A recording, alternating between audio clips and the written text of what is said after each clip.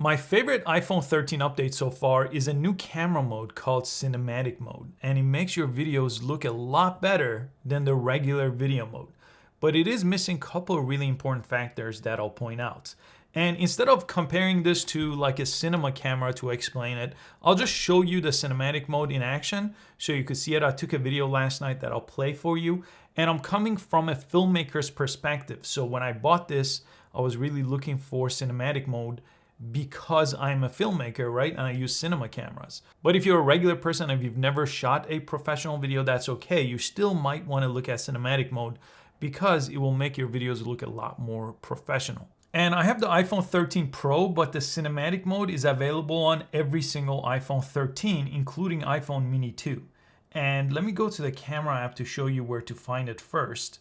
You still have your regular video mode where you could shoot videos, and you have HD and 4K there, and you could also shoot 60 frames, 24 frames, or 30 frames, depending on what you want to do here. And then next to that, the cinematic mode is right here.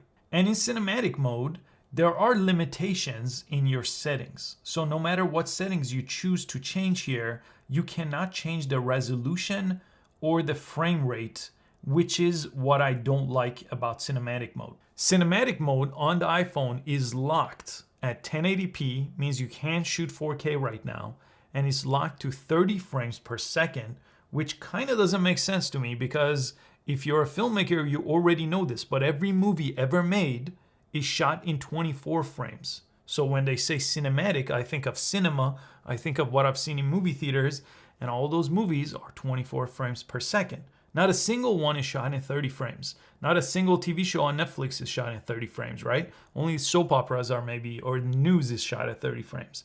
So when I saw cinematic mode, I was expecting to see 24 frames, and I was expecting to see 4K since I've had 4K on my iPhones for 3-4 years now, and pretty much every camera I own now, I shoot 4K standard. Even if I'm sending something to a client or posting at 1080p on YouTube, I still shoot 4K, but this is missing. But let me show you, now that I've shown you the cons, let me show you the pros because it still blew my mind of what it could do. Here's a video I shot in cinematic mode. You could see it's showing cinematic mode. So I'll play this in full screen so you could kind of get the idea what it could do. But it basically allows you to throw the background out of focus sort of as much as you want, almost like how a aperture of a professional camera looks like. So let me show you that.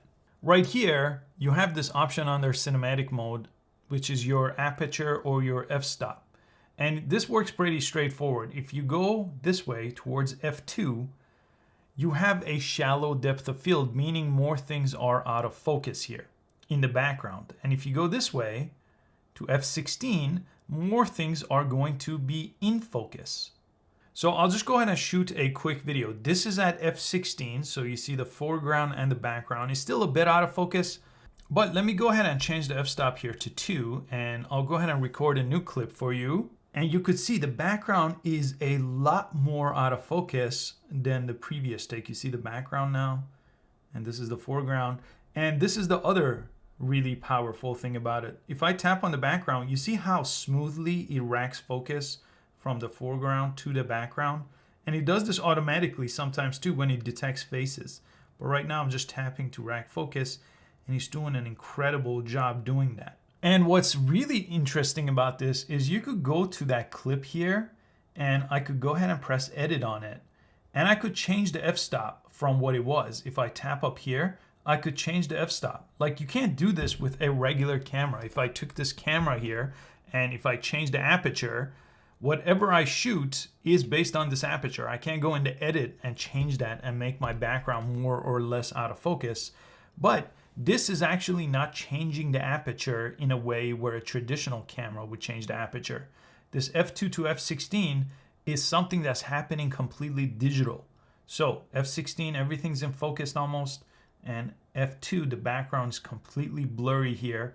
And the ability to change your focus point, or rack focus as we call it in filmmaking, that is really, really powerful and smooth. So even though I'm disappointed that there is no 24 frames per second support, and this is tied to 30 frames at 1080p, it makes your footage look so nice without any technical effort.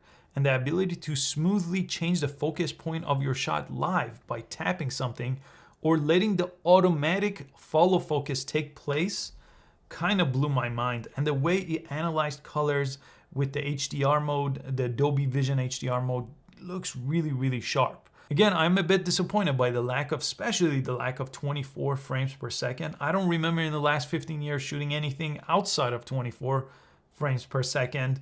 And for 3-4 years I've been using the iPhone. I've also shot everything at 4K at 24 frames per second in the regular video mode. But I did do some reading and I found out that the way this whole thing is set up with the Dolby Vision HDR and the way it tracks focus and all the processing power from software and hardware that it takes to do the cinematic mode, they need more frames. So that's why they locked it at 30 and they don't give you the option to change it. I'm sure at some point they will do 24. And because of the processing power, right now they're limited to 1080p because of the chip of the phone here. And eventually I'm sure they'll have the 4K upgrade probably in the next couple of phones. But I wanted to show you this cinematic mode, the ability to change your aperture to make the background more out of focus or more in focus, and the ability to tap any point and get that smooth rack focus from subject to subject is really, really powerful. I think you're gonna really find it beneficial. Now, I usually make more advanced filmmaking videos on this channel and I show you how to make a profitable filmmaking business, but I did want to point out the cinematic mode on the iPhone for this video, so I hope you found it useful. Thanks so much for watching. I'll see you next time.